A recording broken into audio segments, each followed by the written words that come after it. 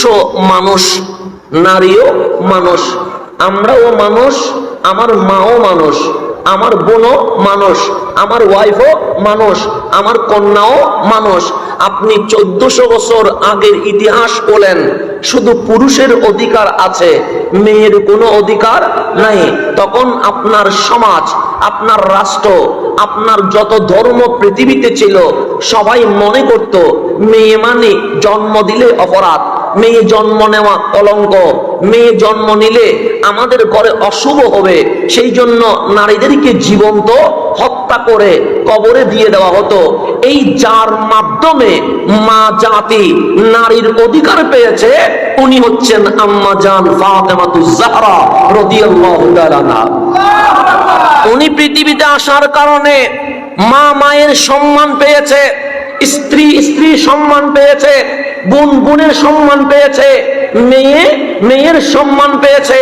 সেই জন্য কামলিওয়ালা মসজিদে হেরেমের উঠানের মধ্যে আম্মা জান ফাতেমাতুজ জাহরা ছোট্ট বেবি কোলের মধ্যে নিয়ে খেলনা করছে, কখনো হাসছে, কখনো বুকে লাগাচ্ছে, কখনো চুমু দিচ্ছে, কখনো আম্মা জান ফাতেমাতুজ জাহরার দিকে তাকিয়ে আছে।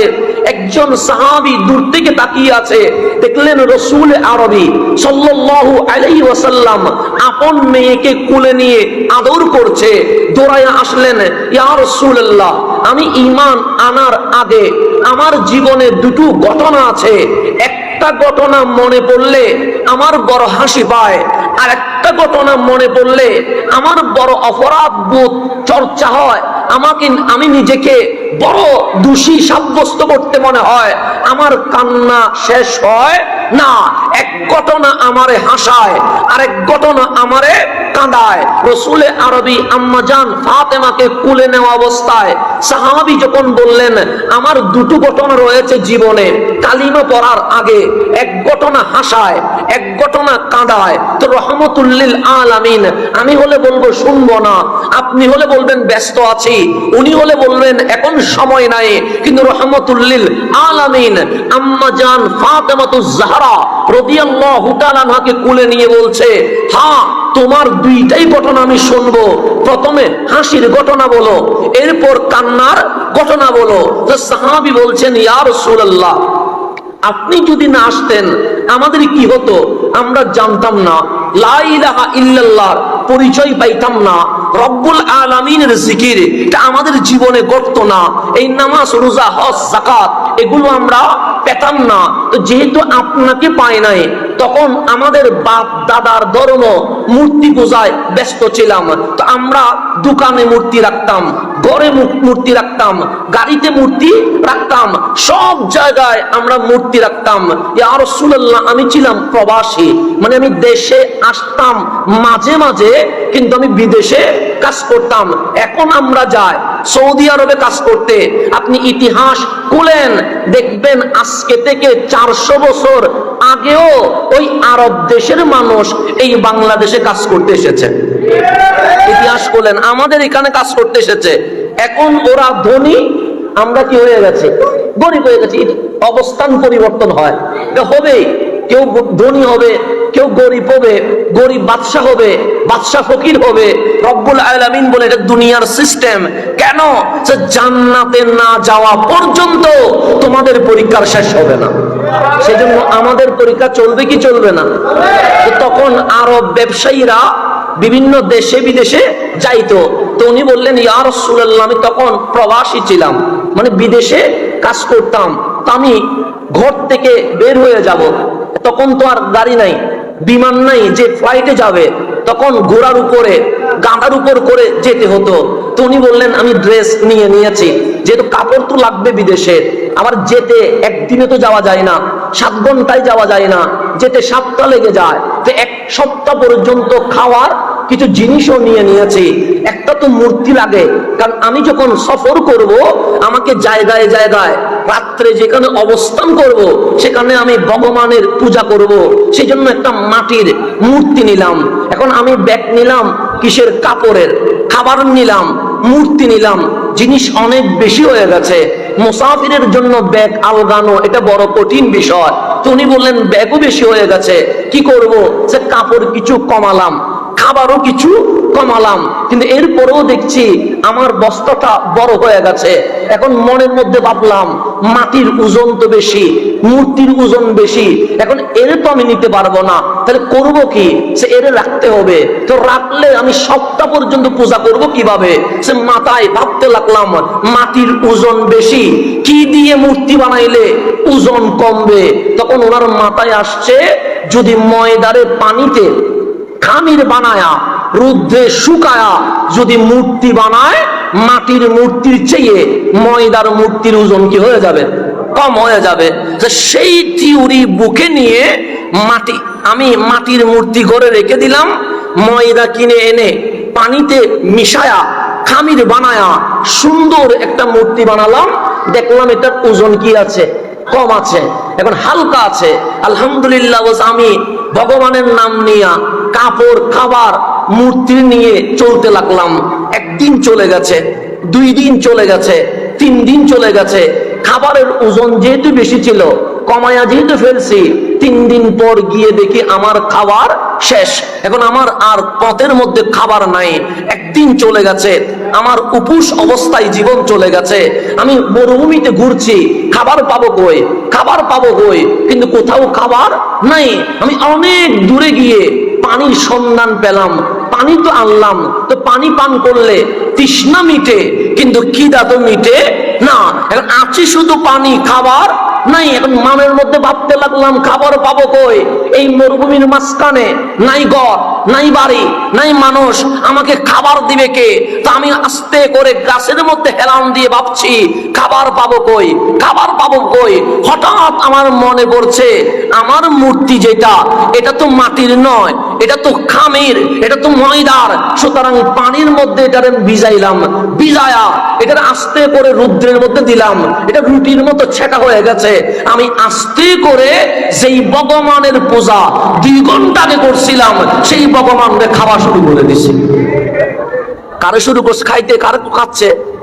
তো বলছে আমার ওই ঘটনা মনে পড়ছে। আরে কারে আমি পূজা করলাম, কারে আমি রাম রাম করলাম, কার জন্য আমি রাতভর ইবাদত করলাম, সে যখন আমি পানিতে মিশালাম সে মিশে গেছে, আমি যখন খামির বানালাম সে খামির হয়ে গেছে, আমি যখন রুদ্রে শুকালাম সেটা রুটির মতো ভেজে গেছে, আমি যখন খাচ্ছি এটা আস্তে করে আমার পেটের ভিতরে চলে যাচ্ছে। ইয়া রাসূলুল্লাহ, আপনি যখন কালিমার দাওয়াত দিচ্ছিলেন আমার ওই ঘটনা মনে পড়ে গেছে। আরে যেই ভগবানকে খাওয়ার সময় ভগবান নিজের রক্ষা করতে পারে না, ওই ভগবান আমারে রক্ষা করবে কেন? ওই ঘটনা যখন আমার মনে পড়ে আমার বেশি হাসি পায়। কেন? আমরা কিসের পূজা করছিলাম? যেহেতু নিজের রক্ষা করতে পারে না, আমি খাচ্ছি চাবায়া চাবায়া, সে উফ বলতে পারছে না, তো সে কেমনে আমার রক্ষা করবে? ইয়া রাসূলুল্লাহ, আপনি কালিমার দাওয়াত দেওয়ার কারণে আমরা মুশরিকের ধর্ম ছেড়ে শিরিক মুক্ত ইসলাম ধর্মে চলে এসেছে। আমার রাসূল বললেন আলহামদুলিল্লাহ, একটা তো কাজের কাজ হয়েছে। জমিনের মালিক যিনি, আসমানের মালিক যিনি, তোমার মালিক যিনি, তুমি তার সন্ধান পেয়েছো, সেজন্য তোমার উচিত বেশি বেশি শুকরিয়া আদায় করা। সেটা বুঝলাম। এখন বলো কান্নার কাহিনীটাকে।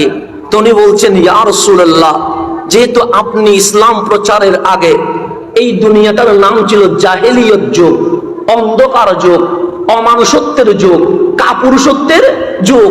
আমাদের সমাজে মেয়ে জন্ম দেওয়া এটা কলঙ্কের কারণ হয়।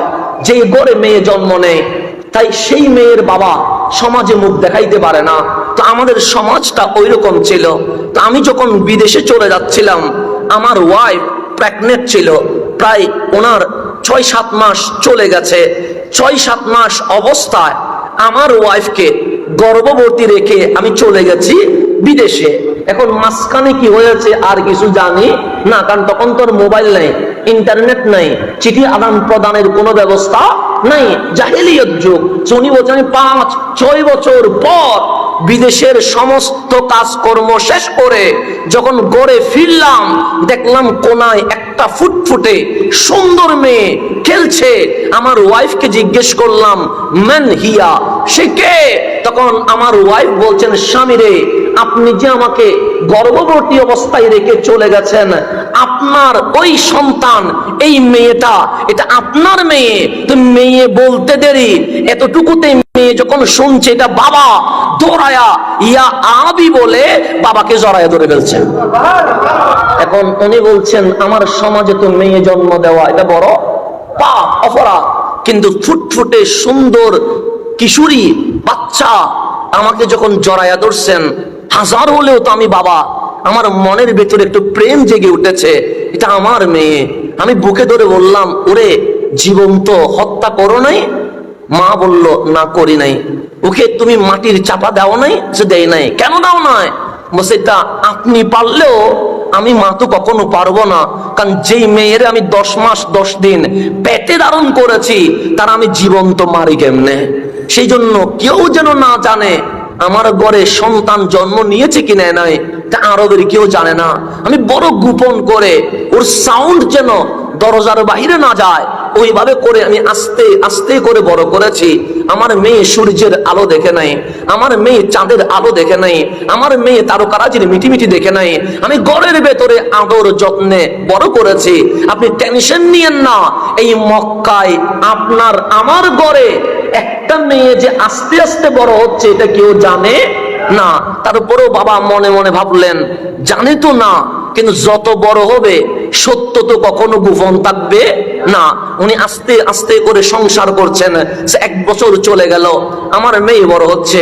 2 বছর চলে গেল, আমার মেয়ে আরো বড় হচ্ছে, বিয়ের উপযুক্ত হয়ে যাচ্ছে। বড় সুন্দরী এই মেয়েটা যখন গড়ে বড় হচ্ছে, এদিকে আমি বাবা হিসেবে তার প্রতি প্রেম জাগছে, অন্যদিকে সমাজের কাছে যদি ধরা খেয়ে যায় আমি কলঙ্ক বাবা হিসেবে সবাই জানবে, আমার কপাল পোড়া হিসেবে সবাই জানবে। এখন আমি কি করব? আমার মাথার মধ্যে শয়তানি ভাব চলে এসেছে, কারণ আমি জানি আজকে না হলে কাল মানুষ জেনে যাবে। মানুষ যদি জানে আমাকে হেউ করবে। মানুষ জানার আগে আমার মেয়েটাকে আমি জীবন্ত কবর দিয়ে দিব। এটা আমি মনে মনে কি করে ফেলেছি সিদ্ধান্ত, কিন্তু মার সামনে তার এই কথা বলা যায় না। তো আমি বুদ্ধি করছি কি করা যায়। আমি অনেক দূরে গিয়ে মরুভূমির পাহাড়ের উপরে গিয়ে যে মাটি কুড়ানোর জন্য কোদাল আছে সেটা যেখানে ওকে ফেলবো সবগুলো ঠিকঠাক করে আমি গড়ে এসে বললাম, বরে আমার মেয়েটা সূর্যের আলো দেখে নাই, চাঁদের মিটিমিটি হাসি দেখে নাই, তারকারাজি দেখে নাই, পাহাড় কিরকম দেখে নাই, সমুদ্র কিরকম দেখে নাই, গাছগাছালি কিরকম এটা দেখে নাই। তা আমি বাবা হিসেবে বলছি, মেয়েকে একটু নতুন কাপড় পরায়া সাজাইয়া দিয়ে দাও, আমি একটু আমার মেয়ের নিয়ে বেড়াতে যাব। তো বাবা যদি বলে মেয়ে নিয়ে বেড়াতে যাব, মা কি মানা দিতে পারে? কিন্তু হাজার হলেও মা জানে সন্তানের বিপদ কখন আসবে। কথা ঠিক না? আপনি যখন কোনো বিপদে পড়বেন দেখবেন অটোমেটিক আপনার মা বলবে যে আমার কেমন জানি খারাপ লাগছে, বাবা তুই কোথায় আছিস? বলতে না চাইলেও মায়ের মন কেন জানি জেনে যায় আমি কোন বিপদে, আমি কোন টেনশনে। তো মা তো বুঝে গেছে বাবা কি চায়, সুন্দর করে সাজিয়ে দিচ্ছে। যেহেতু মেয়ের কোনো অধিকার নাই, বউয়ের কোনো অধিকার নাই, মার কোনো অধিকার নাই, তখন মেয়ে মানি দাসী, নারী মানেই হচ্ছে এই জাতটা সর্বনিম্ন। পুরুষ হুকুম করবে, মেয়ে হুকুম পালন করবে। তো বউ হিসেবে যেহেতু কোনো অধিকার নাই, দাসীর মতো। এখন বললেন মেয়ে রেডি করে দাও, মেয়েকে রেডি করছে, আর মায়ের চোখ দিয়ে পানি বের হচ্ছে, কারণ মা বুঝে গেছে কোনো বিপদ আসছে।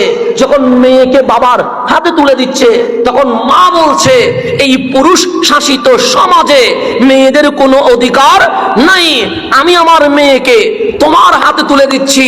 ইয়া রাজুল, শুধু একটা কথা মনে রাখিও, ইত্তাকিল্লাহ, এই মেয়ের ব্যাপারে আল্লাহরে ভয় করিও, আমার মেয়ের কোনো ক্ষতি করিও না। মা এতটুকু নসিহত করেছে, তার নারীর এতটুকু বলা ছাড়া আর কোনো উপায় নাই। তো উনি বললেন আমি আমার মেয়েকে হাত ধরে আস্তে আস্তে মাগরিবের পর বের হয়ে গেছে অন্ধকারে, তখন তার এরকম বিজলির লাইটিং নাই, অন্ধকারে যখন বের হয়ে গেছে অনেক দূরে চলে গেছে, ঠিক তাকে যেখানে ফেলার প্ল্যানিং করেছি ওই জায়গায় যখন গেলাম তখন রাত শেষ হয়ে সূর্যের মিটিমিটি আলো দেওয়া শুরু হয়েছে, সকাল হয়ে গেছে।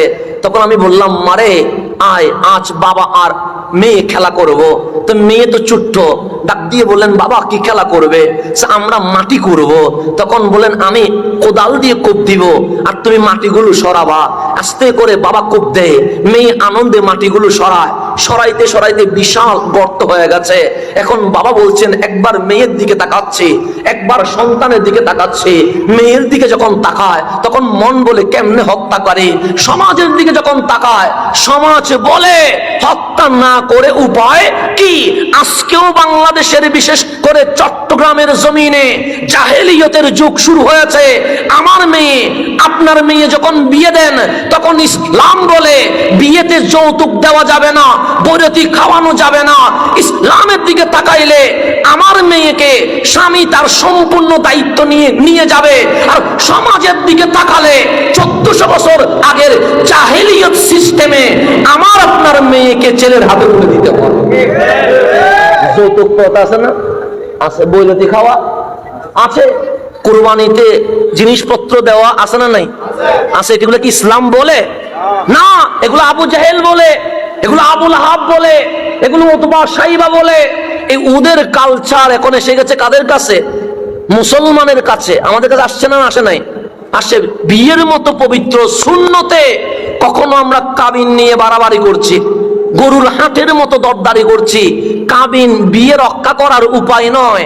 একটা মেয়ে তার মা বাবা সমাজ ছেড়ে স্বামীর ঘরে যখন যায় তখন ইসলাম বলছে মেহমান আসলে হাদিয়া দিতে হয়। একটা মেয়ে তোমার ঘরে যখন এসেছে তাকে সম্মান করো। ওই সম্মানের নাম মোহরানা, ওই সম্মানের নাম কাবিন। এটা বাড়ানোর জন্য ইসলাম বলে নাই। ইসলাম বলে মোহরানা যত কম সেখানে বরকত তত বেশি। সেখানে বরকত কি বেশি, এটা ইসলাম বলছে, আমি বলি নাই। তাহলে মোহরানা যত কম বরকত। সে আপনার দাদার হিসাব করেন, আমার বাবার হিসাব করি, মোহরানা বেশি ছিল না কম ছিল? কম ছিল। ওই কম সংসারে 60 বছর 70 বছর সংসার টিকে গেছে, কথা ঠিক না? আর বর্তমান সময়ে এসে 30 লাখ 40 লাখ 80 লাখ মোহরানা দিয়ে বিয়ে হওয়ার 2 দিন পরে তালাক হয়ে যায়। হচ্ছে কি হচ্ছে না? হচ্ছে। বরকত নাই। তাহলে মোহরানা বাড়াইলেন কেন? সংসার যেন টিকে। সংসার টিকে না। আর আমাদের বাপ দাদারা মোহরানা কমাইছে, সংসারও টিকছে, ওই সংসারে মহব্বতও রক্ষা হয়েছে। মোহরানা দিয়ে বিয়ে টিকে না। মোহরানা নারীর সম্মান। ইসলাম বলছে তোমার বউকে মূল্যায়ন করো। এই মূল্যায়নের জন্যই ইসলাম মোহরানার ব্যবস্থা করেছে। আজ সমাজের মধ্যে বউ স্ত্রী পক্ষ মোহরানা দেওয়া দাবি করে আর ছেলে পক্ষ যৌতুক দাবি করে। পবিত্র নবীর সুন্নত অপবিত্র দিয়ে যখন শুরু হয় ওখানে পরকিয়া হয়, ওখানে তালাক হয়, ওখানে অশান্তি হয়। আজকেও আমার নবীর সুন্নতি সিস্টেমে যদি বিয়ে হয় ওই ঘরটা জান্নাতের বাগান হয়ে যাবে। এটা মনে রাখবেন। এগুলো আমাদের মেয়ে পক্ষরে বুঝতে হবে, ছেলে পক্ষরেও বুঝতে হবে। না বুঝলে সমস্যা আছে। যেমন আমরা মাহফিল করার কারণে অনেক ছেলে যৌতুকবিহীন বিয়ে করতে রাজি হয়। আমি দেখেছি অনেক ছেলে, সে বলে হুজুর আমরা যৌতুক নিব না, মেয়ের ঘর থেকে বৈরতি খাওয়া না, যতটুকু পারি ওলিমা খাওয়াবো, কিন্তু ওনাদের পক্ষ থেকে 500 তো 1000 খাবো না আমরা, যেটি ইসলাম নিষেধ করছে। প্রয়োজনে খিজুর ছিটাইয়া কি করব? বিয়ে করব। এখন আমরা ছেলের কথা শুনে বড় কি হয়ে যায়? খুশি হই। কেন? ছেলেটা পরিবর্তন হয়েছে। মেয়ের পক্ষে যখন প্রস্তাব দেয় তখন মেয়ের পক্ষ বলে 20 লাখ কাবিন। যদি 20 লাখ মোহরানা বলেন, ছেলের পক্ষ তো এমনিতে বলবে 2000 বরকত খাওয়া। বলবে না? বলবে তো। কেন? আপনি ওইদিকে চাপছেন, ছেলে তো ওইদিকে চাপবে। সেজন্য ইসলাম যেটা বলছে সেটা যদি মানি তাহলেই শান্তি, অন্যথায় শান্তি আসার কোনো সুযোগ নাই। মোহরানা এটা সম্মান তার মেয়ের, এটা নিয়ে গরুর বাজারের মতো দরাদরি করার কোনো কিছুই নাই। ইসলাম বলে ছেলে ভালো কিনা দেখো, আর ইসলাম বলে ছেলেকে তুমি যারা বিয়ে করবে সে ভালো কিনা দেখো। ভালো হলে অনেক কিছু ছাড় দেওয়া আমাদের উচিত, কথা ঠিক কিনা? এটা বুঝবেন। আমাদের সমাজ এগুলো পরিবর্তন আসা দরকার। পরিবর্তন না আসলে মাহফিল করে কি হবে? পরিবর্তন না আসলে কথা বলে লাভ কি? পরিবর্তন না আসলে এরকম হাজার মাহফিল আমাদের সমাজকে কখনো চেঞ্জ করতে পারে না। এই পটিয়াতেই তো কিছুদিন আগে আমার বোন যে মেয়েটা আত্মহত্যা করছে, এটা আমাদেরই বোন, কথা ঠিক না? কেন আত্মহত্যা করছে? যৌতুকের কারণে। এখন আমি ওনার ডিটেলস পড়ে দেখলাম এটা নাকি প্রেমেরও সম্পর্ক ছিল। 3 বছরের নাকি কি ছিল, 4 বছর না কয় বছরের প্রেমের সম্পর্ক। এখন ইসলাম প্রেম জায়েজ বলেছে না হারাম বলেছে? হারাম। একটু গভীর করে কেউ বলেন ইসলাম কি বলেছে? হারাম বলেছে। যেটা আমাদের কাছে আনন্দ মনে হচ্ছে, মজা মনে হচ্ছে, ইসলাম বলে এটা কি হারাম। ইসলাম হারাম বলেছে, ইসলামের কোনো লাভ আছে? নাই। তো ইসলাম হারাম কেন বলছে? ইসলাম এই কারণে হারাম বলছে কারণ এটা আমাদের জন্য উপকার নয়, অপকার, ক্ষতির কারণ। 3 বছর রিলেশন ছিল, এরপরেও সে যৌতুক দাবি করার কারণে আত্মহত্যা করতে বাধ্য হলো। ইসলাম এটার মাধ্যমে আপনাদেরকে জানিয়ে দিচ্ছে ইসলাম যে বিয়ের আগে প্রেমকে হারাম করেছে একটা কারণে, কারণ এই প্রেম, এই রিলেশনের কারণে শত মানুষ আত্মহত্যা করছে। ইসলাম বলে আমি তোমাদেরকে আত্মহত্যা করার উৎসাহ দেই না, আমরা তোমাদেরকে নতুন জীবন ধারণের উৎসাহ দিয়ে থাকি। ইসলাম যেটা হারাম করে এটাতে কোনো আরাম, 5 মিনিট আরাম লাগলেও 500 বছর কান্না করতে হবে, 100 বছর কান্না করতে হবে। এগুলো আরাম হচ্ছে 5 মিনিটের, আরাম হচ্ছে কয় মিনিটের? 10 মিনিটের। এই আরামের মধ্যে কোনো শান্তি, মরণ পর্যন্ত শুধু কাঁদতেই হয়। সেজন্য ইসলাম যেটা হারাম বলেছে সেটা থেকে দূরে থাকবেন। ইসলাম যেটা হালাল বলেছে সেটাতে আপনি মিক্স করবেন, দেখবেন শান্তি আর শান্তি। আপনি নিজেকে কন্ট্রোল করলে আপনার ওয়াইফ পুত পবিত্র ওয়াইফ হবে। আপনি নিজেকে অপবিত্র বানালে আপনার ঘরে কখনো রাবিয়া বসরি আসবে না। আল্লাহর জন্য আমাদেরকে পুত পবিত্র থাকার তৌফিক নসিব করেন। ওই বাবা বলছে ইয়া রাসূলুল্লাহ, কারণ সমাজের সিস্টেম অনেক খারাপ জিনিস তো। কারণ আমরা সমাজের কাছে মাঝে মাঝে কি হয়ে যায়, অসহায় হয়ে যায়। সমাজ এটা বলছে, তাহলে সমাজ এটা বলছে, সমাজ এটা বলছে, এরকম আছে না নাই? আছে। যে মেহেদি রাতে প্যাকেজ করা যদি নিষেধ করি করিয়েন না, হুজুর সমাজ বলছে। বিয়েতে যখন বলি উলঙ্গপনা ক্লাবে করিয়েন না, হুজুর সমাজ বলছে। এরকম সমাজের নাম দিয়ে অনেক কুসংস্কার এই জমিনে হচ্ছে কি হচ্ছে না? সমাজের নিয়ম দিয়ে ইসলাম চলে না, কোরআন সুন্নাহর নিয়ম দিয়ে ইসলাম চলে। এই সমাজের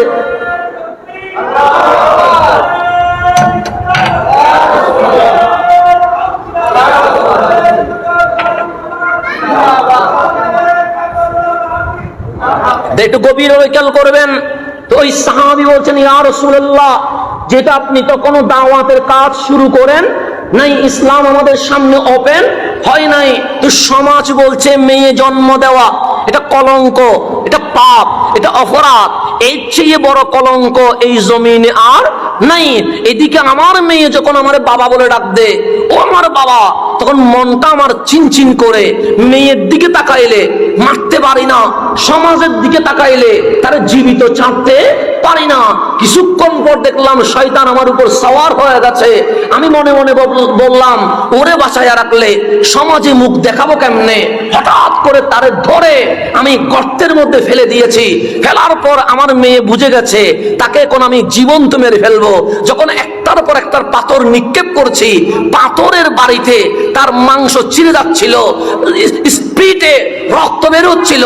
কিছু রক্তের ফুটা আমার দাড়িতে, আমার কাপড়ে, আমার হাতে লেগে যাচ্ছিল। তো আমার মেয়ে ডাক দিয়ে বলছেন বাবা, তোমার দাড়িতে রক্ত বেজে গেছে, তোমার গায়ে রক্ত বেজে গেছে, রক্তময় শরীর নিয়ে ঘরে গেলে মা বুঝে যাবে তুমি আমারে মেরে ফেলছো। বা আস্তে করে মেয়ে ছোট্ট হাত দিয়ে দাড়ি থেকে রক্ত মুছে দিচ্ছে, শরীর থেকে রক্ত মুছে দিচ্ছে।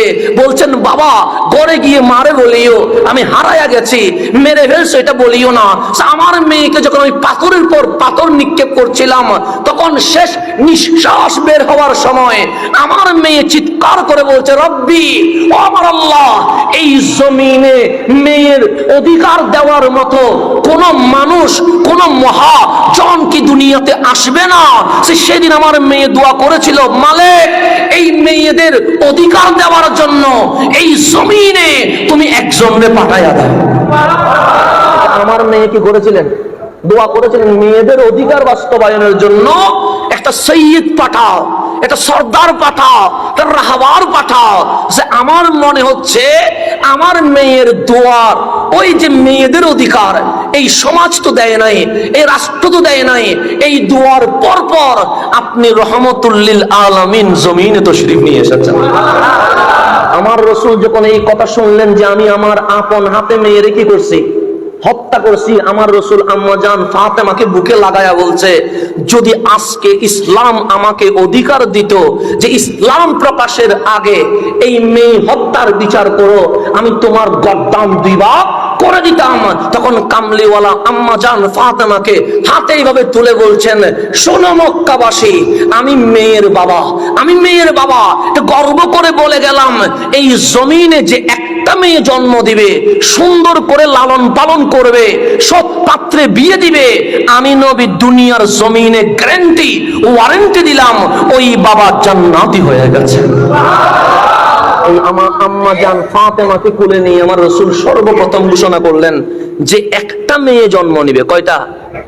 ওই মেয়েকে সুন্দরভাবে লালন পালন করে সৎ পাত্রে বিয়ে দিবে, ফাদাখালা ফিল জান্নাহ, সে দুনিয়াতেই জান্নাতের শুভ সংবাদ পেয়ে গেছে। তো একজন সাহাবী বললেন, ইয়া রাসূলুল্লাহ, আমার তো 2টা আছে। আমার রাসূল বললেন, তুমি যদি 2টা মায়ারে সুন্দর করে লালন পালন করে সৎ পাত্রে বিয়ে দাও, আমি নবী বলে গেলাম, আমি আর তুমি কাল হাসরের ময়দানে বিচারের পরে জান্নাতে এইভাবেই থাকবো। মানে তুমি মেয়ের বাবা আমার সাথে কোথায় থাকবে? জান্নাতে। তো 3 জন আছে এরকম হাত তুলতেছে, 4 জন আছে এরকম তুলছেন, কামলিওয়ালা 2 জন থেকে যতই উপরে উঠে, তোমরা বাবাদের দায়িত্ব মেয়েকে সুন্দরভাবে লালন পালন করে সৎ পাত্রে বিয়ে দিবা, মেয়ে যত বেশি নিয়ামত তত বেশি, আমি নবী আর তুমি জান্নাতে এইভাবেই করে থাকবো। তাহলে এইরকম শুভ সংবাদ ছেলেদের নিয়ে আছে নাই? ছেলে জন্ম দিলে জান্নাত আছে নাই, কিন্তু মেয়ে জন্ম দিলে জান্নাত। মেয়ে যদি বেশি হয়, রাসূল বলে আমি আর তুমি জান্নাতে এইভাবেই থাকবো। তার মানে একই কামরায় একই রুমে তুমি আমার সঙ্গী হইয়া জান্নাতুল ফেরদাউসের আলা দরজায় উঠে যাবা। তাহলে মেয়ে জন্ম দেওয়া এটা কি নিয়ামতের বিষয় না কিয়ামতের বিষয়? নিয়ামতের বিষয়। কিন্তু আজ মেয়ের বাবারা কপাল কালো করে ফেলেছে, চেহারা মলিন করে ফেলেছে। একটা মেয়ে জন্ম দিলে বাবাদের টেনশন উঠে যায়, 2-3টা মেয়ে জন্ম দিলে বাবাদের ঘুম হয় না। কেন? কারণ এই মেয়ে তো বিয়ে দিতে 20 লাখ 30 লাখ টাকা খরচ, জীবনভর যে পরিশ্রম করে সবগুলো এক বিয়েতে চলে যায়। তো জাহেলি যুগের চিত্র এখন আসছে কি আসে নাই? এরকম যদি 8-2-3 বছর চলে, আমরা দেখব যে জীবিত কন্যা মানুষ হত্যা করতে শুরু করে দিয়েছে। পরিস্থিতি এইভাবে চলে যাচ্ছে।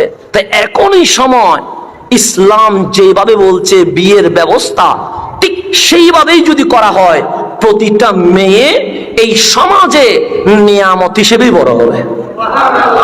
ওর চোখে কি হবে না? বড় হবে না। আল্লাহর জন্য আমাদেরকে বুঝার তৌফিক নসিব করে। এখন আম্মা জান ফাতেমাতুজ জাহরার কারণে নারীর অধিকার পেল। কামলিওয়ালা বললেন, যে মেয়ে জন্ম দিয়েছে, যদি মেয়েকে সুন্দরভাবে লালন পালন করে, আমি তার বাবাকে জান্নাতের শুভ সংবাদ দিলাম। এখন আমার রাসূল বলছেন, মেয়ে তুমি কি মা? আমাদের সব মা বললো, ইয়া রাসূলুল্লাহ, আমরা মা, আমার মাও আমার মা, আপনার মা আপনার মা, ওনার মা ওনার মা। আমার কামলিওয়ালা বলেন, মারে তোমাদেরকে আমি কামলিওয়ালা সেলট দিয়ে গেলাম। কিসের জন্য?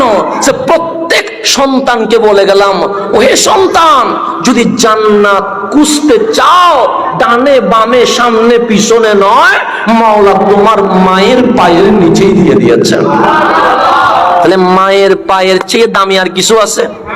সেই জন্য ইমাম আল গাজ্জালি, যাকে হুজ্জাতুল ইসলাম বলা হয়, কি বলা হয়?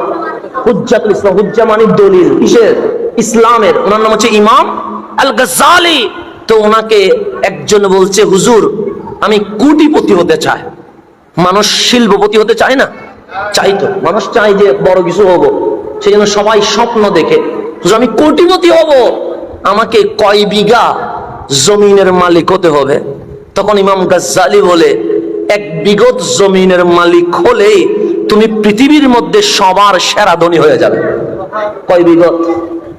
1 বিঘত জমিন দিয়ে ফিলার হবে।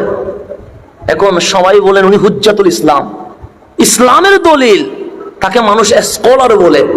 গবেষকদের গবেষক বলে, বিজ্ঞানীদের বিজ্ঞানী বলে, চিকিৎসকদের লিডার বলে। আর উনি বলছেন তুমি এক বিগত জমিনের মালিক হলেই তুমি দুনিয়ার সবার সেরা কোটিপতি। উনি বললেন মানতে পারলাম না। ইমাম গাজ্জালি বলে মানতে না পারলে আমার কিছু করার নাই, আমি যেটা সঠিক সেটাই বললাম। উনি মসজিদ থেকে বের হইয়া মিশরের মানুষকে বলছে তোমরা কারে হুজ্জাতুল ইসলাম বলো, কারে তোমরা ইসলামের দলিল বলছো, কারে তোমরা বিজ্ঞানী বলছো, কারে তোমরা চিকিৎসক বলছো, কারে তোমরা গবেষক বলছো? উনি তো পাগল। সে কি হয়েছে? আজকে আমি ওনার কাছে গিয়েছিলাম ধনী হওয়ার জন্য। উনি বলছে এক বিগত জমিনের মালিক হলে আমি নাকি সবার সেরা ধনী। এটা কেমনে? বিগত জমিন দিয়ে কি ফিলার হয়? সবাই বললেন না, সে গাজ্জালি বলেছে, হ্যাঁ গাজ্জালি বলেছে। মিশরের মানুষ অবাক হয়ে গেছে। কিন্তু যেই মানুষটা বিজ্ঞানীদের বিজ্ঞানী, ইমামদের ইমাম, গবেষকদের গবেষক, এরকম উত্তর কেমনে দেয়? মিশরের মধ্যে এই কথা সব দিকে ছড়ে গেছে যে গাজ্জালি বলছে কোটিপতি হতে গেলে এক বিগত জমিনের মালিক হওয়া লাগবে। কিন্তু এই এক বিগত জমিন দিয়ে তো কিছুই করা যায় না, না ঘর করা যায়, না বসা যায়, না হাঁটা যায়। জুমার দিন সবাই এসে গেছে, সবাই একজনের দিকে তাকায়া একজন হাসাহাসি করছে। ইমাম গাজ্জালি বলছে মা বালুকুম, তোমাদের কি হলো, হাসাহাসি করছো কেন? সবাই বললেন হাসবো না কেন ইমাম, আপনি এমন উত্তর দিয়েছেন আমাদের হাসি পাচ্ছে। ইমাম গাজ্জালি বললেন কি উত্তর দিয়েছে? সে অমুক ব্যক্তি কি কিছুদিন আগে আপনার কাছে কিছু চেয়েছিল? হ্যাঁ, সে আমার কাছে একটা প্রশ্ন জানতে চেয়েছিল, সে ধনী হতে চায়, পৃথিবীর সবার সেরা। তা আপনি কি বলেছেন? আমি বলেছি এক বিগত জমিনের মালিক হলে তুমি সবার সেরা ধনী হয়ে যাবে। তা আমরা সেই জন্যই হাসছি। আর এক বিগত জমিন দিয়ে তো পিলারও হয় না, ঘর হবে দূরের কথা, সেখানে ফ্যাক্টরি হবে দূরের কথা। ইমাম গাজ্জালি হাসি দিয়ে বলে বুঝো নাই বলেই তো হাসছো, যদি বুঝতা কান্না করতা। সবাই বললেন তাহলে কি? আজকে ঘরে গিয়ে মায়ের কদমটা মেপে দেখো, দেখবা এক বিগত ওই মায়ের কদমের নিচেই তোমার জান্নাতটা রয়ে গেছে।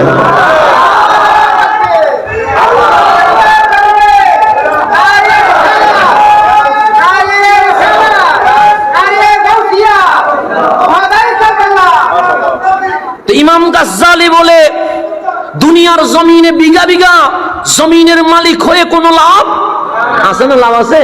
নাই। আপনারা নিজের চোখের সামনে তো দেখতেছেন এই দুই একদিনের ঘটনা। একজনে 12 লাখ টাকা ছাগলের কারণে ঘোরাটাই শেষ। কথা ঠিক না? আর আজকে দেখলাম মুসল্লি আল্লাহর ওলি একটা দেখলাম, কখনো বাসে নামাজ পড়ে, কখনো বিমানে নামাজ পড়ে, এরকম আছে না নাই? আচ্ছা, কখনো সমুদ্রের পানিতে নামাজ পড়ে। ওই আল্লাহর ওলি ধরা হয়ে গেছে, প্রশ্নপত্র ফাঁস করায় কোটি কোটি টাকার মালিক, এখন জেলখানায় বসে আছে। এই কোটি টাকার মালিক হয়ে কোনো লাভ আছে? নাই। এগুলো মরণকালে কোনো উপকার হচ্ছে না। দেখেন মুহূর্তে ধরা খাচ্ছে সবগুলো। একটা ছাগল দিয়ে মালিক ধরায় দিচ্ছে, কখনো ফেসবুকের পোস্ট দিয়ে মালিক ধরায়া দিচ্ছে, কখনো বা লেকচার দিয়ে মালিক ধরায়া দিচ্ছে। কোটি কোটি টাকার মালিক কিন্তু কোথায় চলে গেছে? কেউ জেলখানায়, কেউ বিদেশে পালিয়ে চলে গেছে। এরকম কোটি টাকার মালিক হইয়া কোনো লাভ আছে? এত কষ্ট করে দুর্নীতি করলো, নিজে খাইতে পারে নাই। তাহলে ইমাম গাজ্জালি বলছে তুমি কোটি কোটি টাকা কামায়া করবা কি? নিঃশ্বাস শেষ হলে এই কোটি টাকার সম্পদ বেঈমানি করে বলবে তুই চলে যা, আমি তো তোর সাথে কবরে যাব না। তো সেই জন্য কোটি বিঘা জমিনের মালিক না হইয়া ওই এক বিঘা তোমার মায়ের পা বরাবর যেই জমিনটা আছে ওটার মালিক হয়ে যাও। জান্নাত খুঁজতে হবে না, হাসরের ময়দানে জান্নাত তোমারে খুঁজে বের করে নেবে। ইসলাম বলছে মায়ের কদমের নিচে কি জান্নাত। তাহলে আমি যদি পুরুষ হই, ছেলে, তাহলে আমার জান্নাত খুঁজতে হবে মায়ের কদমের নিচে। আমি যদি মা হই, বাবা হই, আমার মেয়ে আমার জান্নাতের কি গ্যারান্টি। আমি যদি স্বামী হই, কারণ আমি দুনিয়াতে আপনার সামনে অনেক ভালো ব্যবহার করতে পারি, এটা অভিনয় হতে পারে, কিন্তু আমি আসলে কি এটা এই জমিনে আমার ওয়াইফ ছাড়া আর কেউ জানে না। কেন? আমার ওয়াইফ আমাকে গরমেও দেখেছে, ঠান্ডায়ও দেখেছে, দিনেও দেখেছে, রাতেও দেখেছে, ক্ষুধা অবস্থায়ও দেখেছে, পেট ভরা অবস্থায়ও দেখেছে। তো ও জানে আমার মেন্টালিটি কেমন। কথা ঠিক না? আল্লাহর রাসূল বলেন কাল হাসরের ময়দানে তোমার ওয়াইফ যদি বলে মওলা আমার স্বামীর মতো আর স্বামী হয় না, বড় ভালো মানুষ, তা আল্লাহ বলে আমি আর আমলনামা দেখি কি করবো? যার ওয়াইফ বলছে তার স্বামীটা বড় ভালো, আমি রহমান বলছি আমার বান্দাটাই সবচেয়ে বেশি ভালো। তাহলে মা হলে ছেলের জন্য জান্নাত, স্ত্রী সাক্ষী স্বামীর জন্য জান্নাত, আমার মেয়ের সাক্ষী বাবার জন্য জান্নাত। ইসলাম কি সমান অধিকার দিছে না বেশি অধিকার দিছে? বেশি অধিকার। সেজন্য যারা বাংলাদেশে বলে সমান অধিকার চায়, এগুলো হচ্ছে এক নম্বর শয়তান। ইসলাম বলছে সমান কিসের?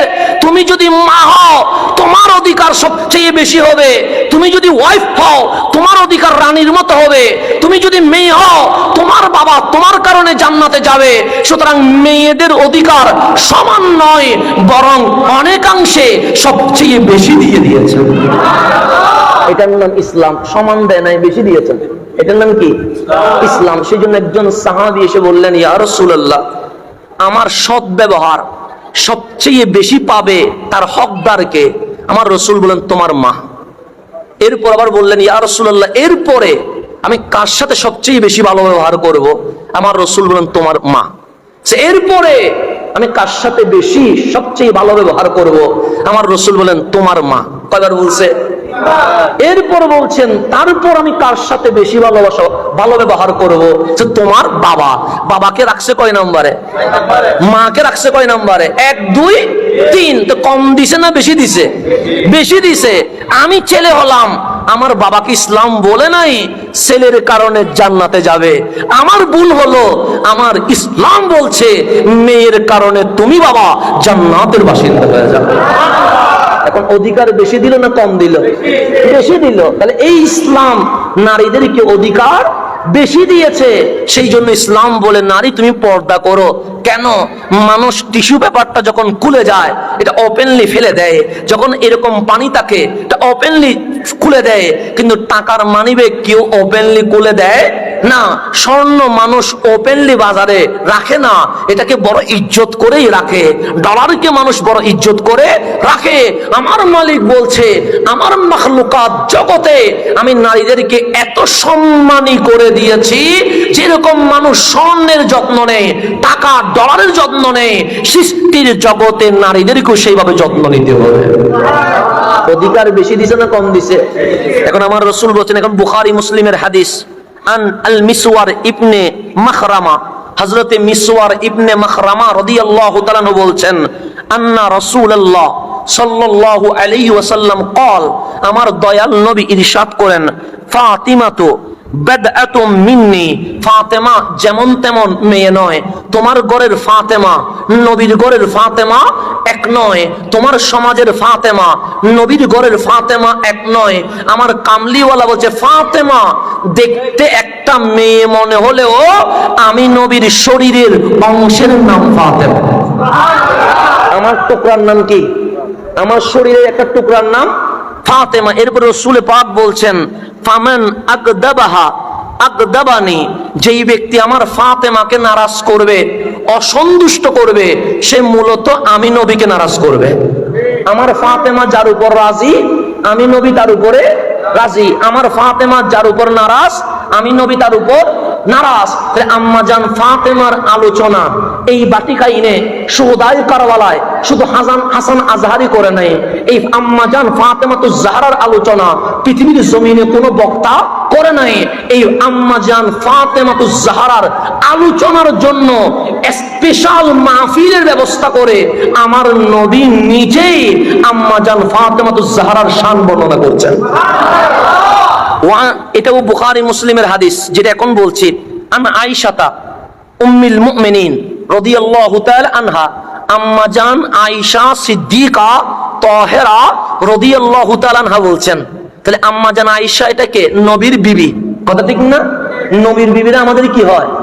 মা হয়। তো মা হয়ে আম্মা জান আয়েশা হয়ে নবীজির স্ত্রী হয়ে বর্ণনা করছেন কার শান? আম্মা জান ফাতেমাতুজ জাহরার শান। বাংলাদেশে এখন একটু শিয়াদের আবির্ভাব হচ্ছে আমাদের বাংলাদেশে, এটা আমাদের বাংলাদেশে আগে ছিল না। শিয়াদের অন্যতম আকীদা হচ্ছে ওর আম্মা জান আয়েশা সিদ্দিকা তাহেরা রাদিয়াল্লাহু তাআলা আনহাকে গালাগালি করে, তাকে আম্মা জান আয়েশাকে গালাগালি করে। কিসের মোহাব্বত দেখায়া? আহলে বাইতের মোহাব্বত দেখায়া।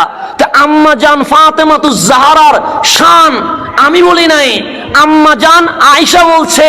তা আয়েশা সিদ্দিকা তাহেরা আম্মা জান ফাতেমাতুজ জাহরার শান যদি বর্ণনা না করতেন আমরা কি পাইতাম? তো জিনাকে গালি দিচ্ছেন, উনি আম্মা জান ফাতেমাতুজ জাহরার শান বলেছে। আপনি কেমন নিমুখ হারাম, আপনি কেমন বেয়াদব, আপনি রাসূলের বিবিকে ধরে গালাগালি করছেন। রব্বুল আলামিন এরকম ফসা আকীদা থেকে আমাদেরকে বাঁচিয়ে থাকার তৌফিক নসিব করুন। এগুলো একটু খেয়াল করবেন। আমরা আহলে বাইতের জিকিরে মাহফিল করি কি করি না? এই জমিনে বাংলাদেশে যখন এজিদকে রহমতুল্লাহ আলাইহি বলে এজিদকে বাঁচানোর চেষ্টা করেছে, তখন হোসাইনের আলোচনার বড় দরকার ছিল। কথা ঠিক কিনা? কারণ মানুষ বুঝবে না, ঘরে ঘরে এজিদি জন্ম নেবে। সর্বপ্রথম শাইন শাহের কোটের বাগানের ফুল জামিয়া আহমদিয়া সুন্নি আলিয়ার অধ্যক্ষ হুজুর আল্লামা জালালউদ্দিন আল কাদেরী রহমাতুল্লাহি আলাইহি শুহাদায়ে কারবালার মাহফিল করে হুসাইনের প্রেম এই জমিনে বিতরণ করে দিয়েছেন।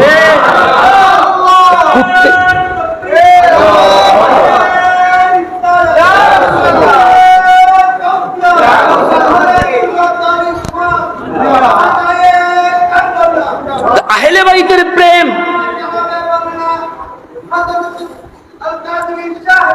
আহলে বাইতের প্রেম এই জমিনে অন্য কোন সম্প্রদায় দেয় নাই। আহলে বাইতের প্রেম এই জমিনে আহলে সুন্নাত ওয়াল জামাতই দিয়েছেন। আহলে সুন্নাত ওয়াল জামাত। এগুলো মনে রাখবেন, নিজেকে সাবধান করবেন। আমরা যখন ইমাম আলী মাকাম ইমাম হুসাইন রাদিয়াল্লাহু তাআলা আলোচনা করছি, আমরা যখন আম্মা জান ফাতেমাতুজ জাহরা রাদিয়াল্লাহু তাআলা আনহার আলোচনা করছি, আমরা যখন মাওলায়ে কায়নাত মাওলা আলী কাররামাল্লাহু ওয়াজহুর আলোচনা করছি, আমরা যখন হাসনাইনে করিমাইন রাদিয়াল্লাহু তাআলা আনহুমার আলোচনা করছি, এখানে সাহাবায়ে কেরামের শানে কোনো বেয়াদবি আছে? নাই। এখানে সিদ্দিক আকবরের শানে কোনো বেয়াদবি, এখানে ফারুক আজমের শানে কোনো বেয়াদবি, এখানে ওসমান ও যুন্নুরাইনের শানে কোনো বেয়াদবি, কোন সাহাবী রাসূলের শানে কোনো বেয়াদবি। তাহলে আমরা যখন আহলে বাইতের প্রেম দিচ্ছি সাইতে কোনো বেয়াদবি নাই। আবার আমরা যখন সাহাবায়ে রাসূলের শান বলছি তার বিপরীতে আহলে বাইতের শানে কোনো বেয়াদবি নাই। তাহলে আমাদের মুভমেন্ট হচ্ছে কোন দিকে? কারবালার দিকে। হুসাইন যেটা চেয়েছে আমরা সেটাই জাতিকে জানাচ্ছি। আর কিছু মানুষ আছে নাম দেয় আহলে বাইতের, আহলে বাইতের আলোচনা না করে সাহাবায়ে কেরামের শানে বেয়াদবি করে। আছে না নাই? ওদের উদ্দেশ্য খারাপ, ওদের উদ্দেশ্য কি খারাপ। সেজন্য উদ্দেশ্য যেখানে খারাপ সেখানে যাওয়া যাবে না। আল্লাহ যেন আমাদেরকে বুঝার তৌফিক নসিব করেন। এখন আসলে আম্মা জান সৈয়দা আয়েশা সিদ্দিকা তাহেরা রাদিয়াল্লাহু তাআলা আনহা উনি বলছেন, ক্বালা তিনি বলেন, ক্বালা রাসূলুল্লাহ সাল্লাল্লাহু, এটাও বুখারী মুসলিমের হাদিস মুত্তাফাকুন আলাইহি। রাসূল আরবী ইরশাদ করেন, ইয়া ফাতেমা, হে আমার ফাতেমা, আলা তারদাইনা আন তাকুনি সাইয়্যিদাতা নিসাইল মুমিনিন সাইয়্যিদাতা নিসাই আহলিল জান্নাহ। ওই আমার ফাতেমা, তুমি কি খুশি হও নাই মালিক তোমাকে সমস্ত জাহানের মহিলাদের সর্দার বানিয়ে দিয়েছে, জান্নাতের সর্দারনি বানিয়ে দিয়েছে। ফাতেমা তুমি কি খুশি হও নাই?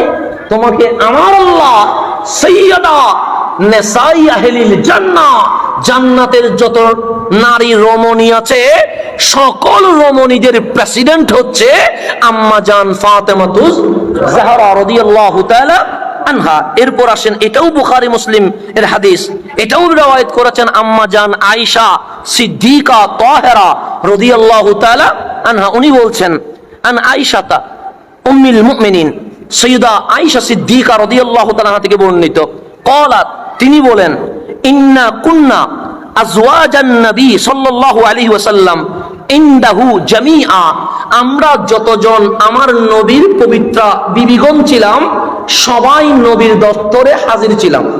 সবাই কার দরবারে? নবীর দরবারে। একজনও কি নাই বাদ? উনি আরো বলছেন, সাল্লাম তুগাদার মিন্না ওয়াহিদা, আমার নবীর যত বিবি এখানে একজনও গায়েব নাই, সবাই উপস্থিত।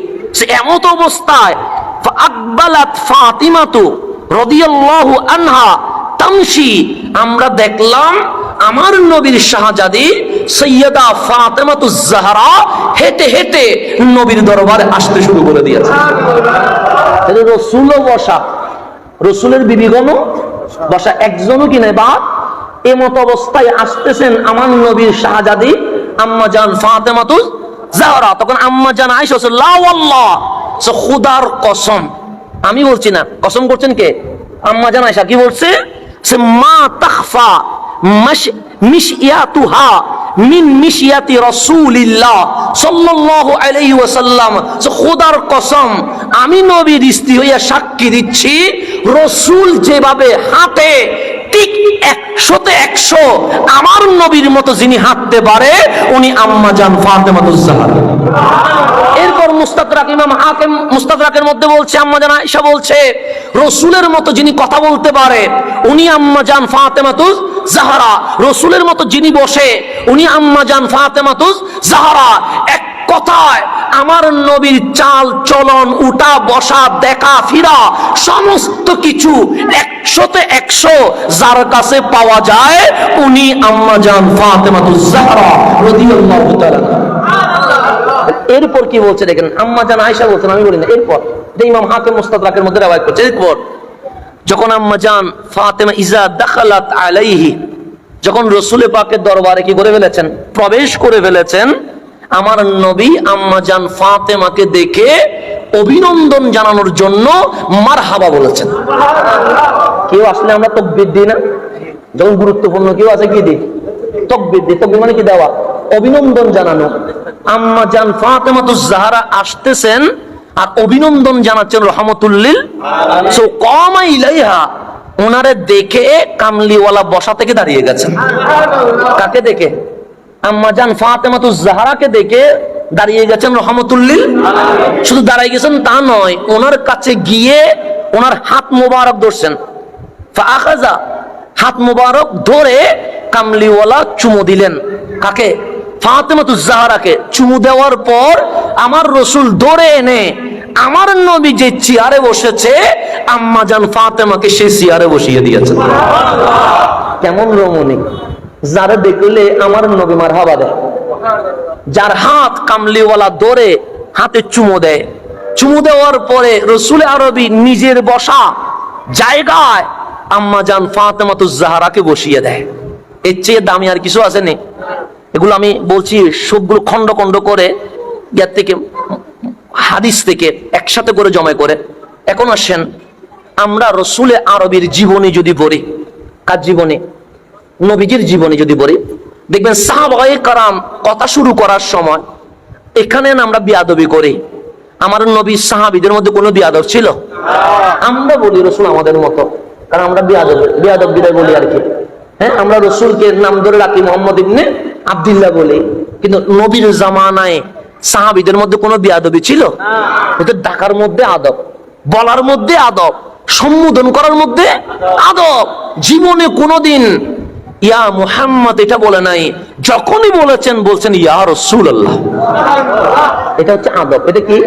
আদব। যেমন আপনি যদি একটু গভীরভাবে খেয়াল করেন, আমি বিয়ে করছি, আমার শ্বশুর আছে না, শ্বশুরকে আমরা কি বলি? শ্বশুর আব্বা বলে, কথা ঠিক না? শ্বশুর আব্বা আমার কি বলে? জামাই বা বাবা। এদিকে বলবে কি বলবে না? সিদ্দিক আকবর আমার নবীর শ্বশুর, কথা ঠিক না? আমার নবী সম্পর্কে সিদ্দিক আকবরের মেয়ের জামাই, তাহলে জামাতা। সিদ্দিক আকবর আমার রাসূলকে কি বলবে? জামাতা। শোনেন, বলবে না? কিন্তু জীবনে কোনোদিন এরকম বলে নাই। সিদ্দিক আকবর সব সময় আমার নবীকে দেখেছেন ইয়া রাসূলুল্লাহ। আরেকটু আসেন, হযরতে মাওলা আলী রাদিয়াল্লাহু তাআলা, মাশাআল্লাহ, আসেন আমাদের মান্যবর আজকের মাহফিলের প্রধান মেহমান, উপজেলা পরিষদ পটিয়ার নবনির্বাচিত ভাইস চেয়ারম্যান। হ্যাঁ, এমনি ভাইস চেয়ারম্যান আবার প্যানেল চেয়ারম্যান, মাশাআল্লাহ, দুইটা একসাথে হয়ে গেছে, মাশাআল্লাহ। আমাদের প্যানেল চেয়ারম্যান, উনি চেয়ারম্যান না হওয়ার আগেও, যখন হয় নাই তখন ওই মাহফিলে আসছে, আমি পাইছিলাম, আমার মনে আছে। তো যখন ছিল না তখনও হইছে, তখনও আসছে, এখন হইছে, এখন দায়িত্ব বাড়ছে না কমছে? বাড়ছে। তো আগে যদি একবার আসতো, এখন দুইবার আসতে হবে। যেখানে দুইবারে গেছে এখানে চারবার যেতে হবে। কথা ঠিক না? খেদমতের পরিমাণ বাড়বে না কমবে? বাড়বে, এখন বাড়াইতে হবে। তো এখন আলহামদুলিল্লাহ আমিও যার জন্য দোয়া করেছি, রব্বুল আলামিন ওনাকে যেন ভাইস চেয়ারম্যান মানায়। আমাদের সুন্নিয়তের অসংখ্য উলামায়ে কেরাম আমি দেখেছি ওনার জন্য নিবেদিত প্রাণ হয়ে দোয়া করেছেন। তো জনাব ডাক্তার মোহাম্মদ ইমদাদুল হাসান সাহেব, উনি আমার আম্মা জানের ওয়াফাত বার্ষিকীতেও ফ্রিতে উনি খতনা কর্মসূচি এবং চিকিৎসা সেবা দিয়েছেন। সেজন্য আমার পরিবারের পক্ষ থেকেও ওনার এই আজিমুশান খেদমতকে আমি শ্রদ্ধা ভরে স্মরণ করছি। আল্লাহ যেন ওনাকে খেদমতগার হিসেবে কবুল করে নেন। সমাজের, দেশের, দশের, বিশেষ করে আমাদের সুন্নিয়তের খেদমতগার হিসেবে আল্লাহ যেন কি করেন, কবুল করে নেন, আমিন। এখন আসেন আমি সামনের দিকে যাই। তাহলে মাওলা আলী আমার রসুলের মেয়ের জামাই, তাহলে জামাই হলে রসুল কি হবে? হ্যাঁ, আচ্ছা, আমার রসুলকে কি বলবে? শ্বশুর আব্বা বলবে। মাওলা আলী জিন্দেগি ভর কখনো শ্বশুর আব্বার ডাকে নাই, যখনও ডাকছে তখনই বলছে ইয়া রাসূলুল্লাহ।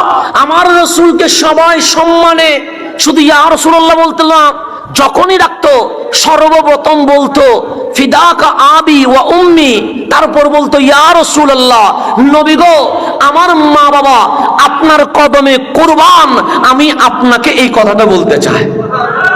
এটার নাম আদব। এটার নাম কি? যেই কেউ সাহাবী, সেটা সিদ্দিক আকবর হোক, সেটা ফারুক আজম হোক, সেটা উসমান ও যুন্নুরাইন হোক, সেটা মাওলা আলী হোক, যেই কোনো, সেটা আনসার হোক, সেটা মুহাজির হোক, সব সাহাবী যখন রসুলে পাককে ডাকতেন সর্বপ্রথম বলতেন ফিদাকা আবি ওয়া উম্মি ইয়া রাসূলুল্লাহ, নবী গো আমার মা বাবা আপনার কদমে কুরবান হয়ে যাক। এরপর বলতেন ইয়া রাসূলুল্লাহ আমি এই মাসালাটা জানতে চাই, ইয়া রাসূলুল্লাহ এই সমস্যাটা হয়েছে, এটা সমাধান কি হবে? তাহলে সবাই বলতো নবী গো আপনার কদমে আমার মা বাবা কুরবান, এটা সবাই বলতেন। কারে? আমার রসুলে। ফারুক আজম বলতেছেন কলা ওমর ইবনুল খাত্তাব, হযরতে আমিরুল মুমিনিন খলিফাতুল মুসলিমিন ওমর ইবনুল খাত্তাব রাদিয়াল্লাহু তাআলা আনহু বলতেছেন আমরা সব সাহাবী রাসূল আমার রাসূলকে বলতাম ফিদাকা আবি ওয়া উম্মি, ইয়া রাসূলুল্লাহ আপনার কদমে আমাদের মা বাবা কুরবান। আর সেই রাসূল যখন আম্মা জান ফাতেমার সাথে মোলাকাত করতেন তখন ডাক দিতেন ইয়া ফাতেমা ফিদাকি আবি ওয়া উম্মি, ফাতেমা রে আমার মা বাবা আপনি ফাতেমার কদমে কুরবান হয়ে যান। আমরা বলতেছি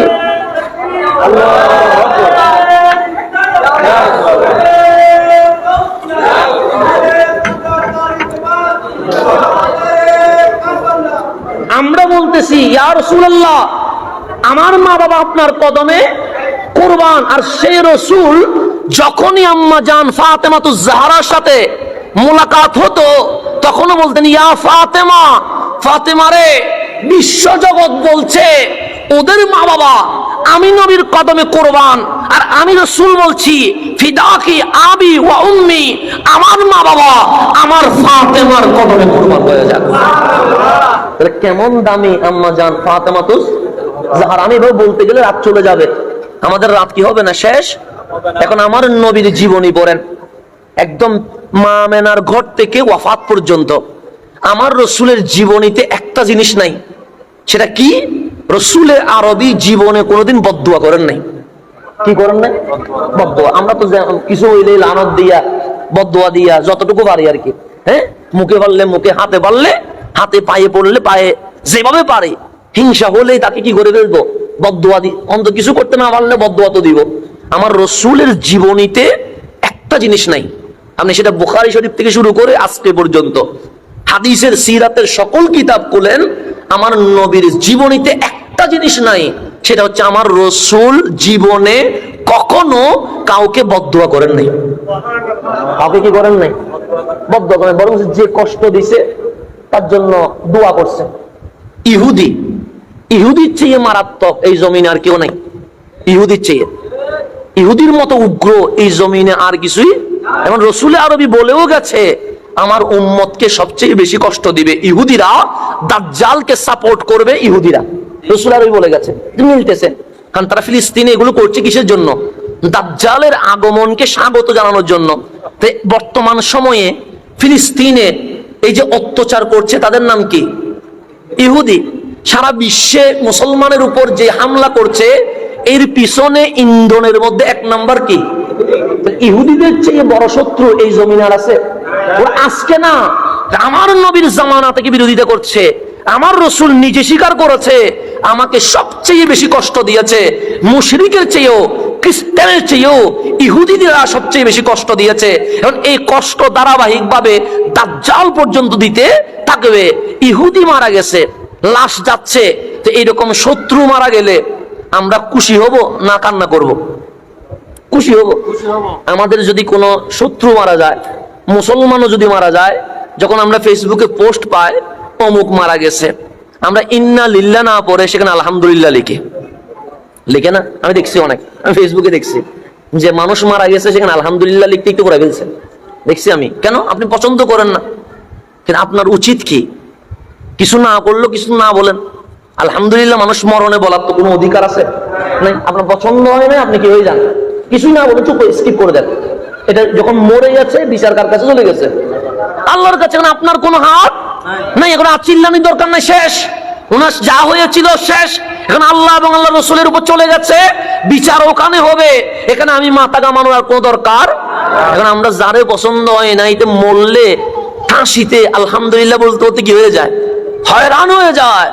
মুসলমানের চিরশত্রু ইহুদি মারা গেছে, আমার রসুলের সামনে কাটিয়ে যাচ্ছে। রসুলে পাক যখন লাশটা দেখছে, আমার নবীজি বসা ছিল, বসা থেকে দাঁড়িয়ে গেছে। শুধু দাঁড়াইছে তা নয়, কান্নাকাটি শুরু করে দিয়েছে।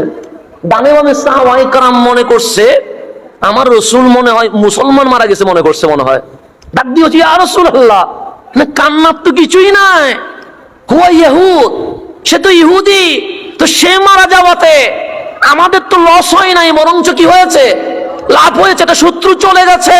তো কামলিওয়ালা বলে সেই ইহুদিটা আমি জানি, সে লাশটা যে ইহুদি এটাও আমি জানি, তো কাঁদছেন কেন? সে কাঁদছি এই কারণে, আমি তো কালিমার দাওয়াত দিয়েছিলাম, আফসোস সে যদি আজ কালিমা পড়তো জান্নাতে চলে যেত।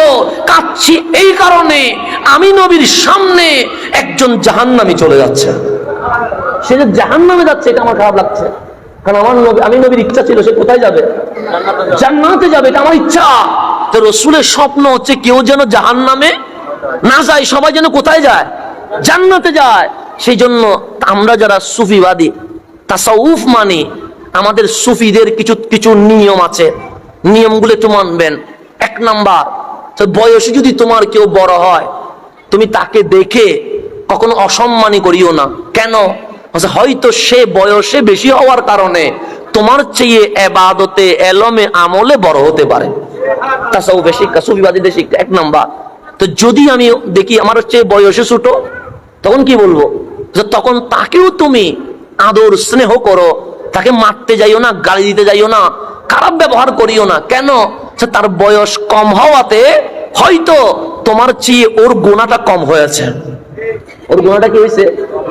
বয়স যদি ছোট হয় সে আমার চেয়ে গুনাহ কম করেছে, বয়স যদি বেশি হয় সে আমার চেয়ে ইবাদত বেশি করেছে। তো তাসাউফের আরেকটা সূত্র হচ্ছে, যদি অমুসলিম দেখি তার সাথে কিরকম আচরণ করব। তো তাসাউফ বলছে তাকে দেখেও ঘৃণা করিও না। কেন? সে মরার সময় কে ঈমানওয়ালা হয়ে মরে, কে ঈমান সারা মরে, এটা তো তুমি জানো না। তোমার মরণে বেঈমানও হইতে পারে, আবার তার মরণটা ঈমানও হতে পারে। সুতরাং তুমি তাকে নিয়েও হেয় করিও না। এটা হচ্ছে তাসাউফের যতগুলো নিয়ম আছে, তার মধ্যে অন্যতম নিয়ম হচ্ছে দুনিয়াতে হিংসে বিদ্বেষ করিও। আমার রসুলের জিন্দেগিতে কোনো বদদুয়া, বদরে বদদুয়া করে নাই, উহুদে বদদুয়া করে নাই, তায়েফে রক্তে লাল হয়ে গেছে, তারপরেও বলেছে উম্মত আমার বুঝে নাই, বদদুয়া করে নাই। কিন্তু হাদিস খুলেন বুখারী শরীফে, আমার নবী একবার বদদুয়া করেছে। কয়বার? এটাও কেন করছে দেখেন, যেই নবী জীবনে বদদুয়া করে নাই, এই নবীটাও জীবনে কয়বার বদদুয়া করছে। এটাও কেন? হযরতে আব্দুল্লাহ ইবনে মাসউদ রাদিয়াল্লাহু তাআলা উনি বলছেন, বুখারী riwayat, বাইনামা রাসূলুল্লাহ সাল্লাল্লাহু আলাইহি ওয়াসাল্লাম কাইমুন ইউসাল্লি ইনদাল কাবা, তখন ইসলামের প্রাথমিক যুগ, নতুন মুসলমান তেমন হয় না, 4-5 জন মুসলিম। আমার রসুল কাবার সামনে দাঁড়িয়ে নামাজ পড়ছেন রাহমাতুল লিল আলামিন। ওয়া জামউ কুরাইশিন ফি মাজালিসিহিম, সেখানে যারা কুরাইশ আছে, আবু জেহেল, আবু লাহাব, উতবা, শাইবা, এগুলো যেগুলো কট্টর কট্টর কাফের, তাদের একটা বিশাল মজমা বৈঠক নবীর সামনে, কাবার সামনে বসে আছে। তো তারা দেখছে রসুল কি পড়ছে, নামাজ পড়ছে। তোর মধ্যে হঠাৎ করে আবু জেহেল বলছেন, আইয়ুকুম ইয়াকুমু ইলা জাজুরি আলে ফুলান ফাইয়ামিদু ইলা ফারসিহা ওয়া দামিহা ওয়া সালাহা, তো তোমাদের মধ্যে কে আছো যে অমুক গোত্রে উট জবে করছে, ওই উটের রক্ত, গোবর, নারী বুড়ি নিয়ে এসে এই নবীর পিঠের উপর ছড়িয়ে দিতে পারবা, এমন কে আছো দেখি বলো। রাসূল নামাজ পড়ছে, বলছে এই ব্যক্তির উপরে ওই যে ওই এলাকায় উট জবে হয়েছে, ওই উটের নারী বুড়ি রক্ত যা আছে সবগুলো এনে সে যখন সিজদায় যাবে তখন তার পিঠের উপর কি করে দিবা, তুলে দিবা। কে আছো?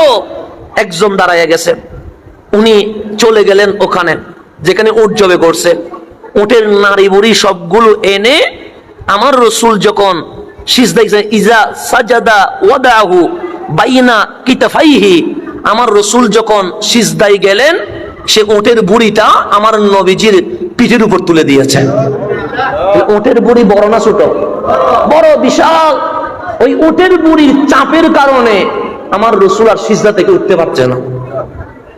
কষ্ট করে আমার রসুল সিজদায়, এমত অবস্থায় বসে ওয়াসাবাতান নবিয়্যু সাল্লাল্লাহু আলাইহি ওয়াসাল্লাম সাজিদান, রসুল সিজদার মধ্যে আটকে গেছে, কারণ উটের বুড়িটা আমার নবীর পিঠের উপরে। ফাদাহিকু হাত্তা মালা বাদুহুম ইলা বাদ মিনাদ দাহাক, ওরা যখন দেখলো রসুল কষ্টে সিজদা থেকে উঠতে পারছে না, এটা দেখে হাসতে হাসতে একজনের গায়ের উপর আরেকজন পড়তেছে। কারা? এই আবু জেহেলের গোষ্ঠীরা। এমত অবস্থায় ফান্তালাকা মুনতালিকুন ইলা ফাতেমা, হযরতে আব্দুল্লাহ ইবনে মাসউদ বলছে কেউ একজন আম্মা জান ফাতেমার ঘরে গিয়েছে। আর এখানে ব্যাখ্যায় বলছেন আব্দুল্লাহ ইবনে মাসউদ নিজে গেছে, এখানে ব্যক্তির নামটা বলে নাই, কারণ উনি একজনে অসহায় ছিলেন। উনি চলে গেছেন কার ঘরে? খাদিজাতুল কুবরার ঘরে।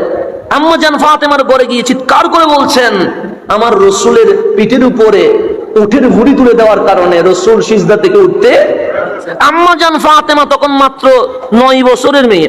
কয় বছরের? ফাআকবালা তাসআ, তিনি দৌড়ায়া ঘর থেকে খানায়ে কাবার সামনে আসছে। ওয়াসাবাতান নবিয়্যু সাজিদান, তখনও আমার নবী সিজদায়, ভুঁড়ির ওজনের কারণে উঠতে পারছে না।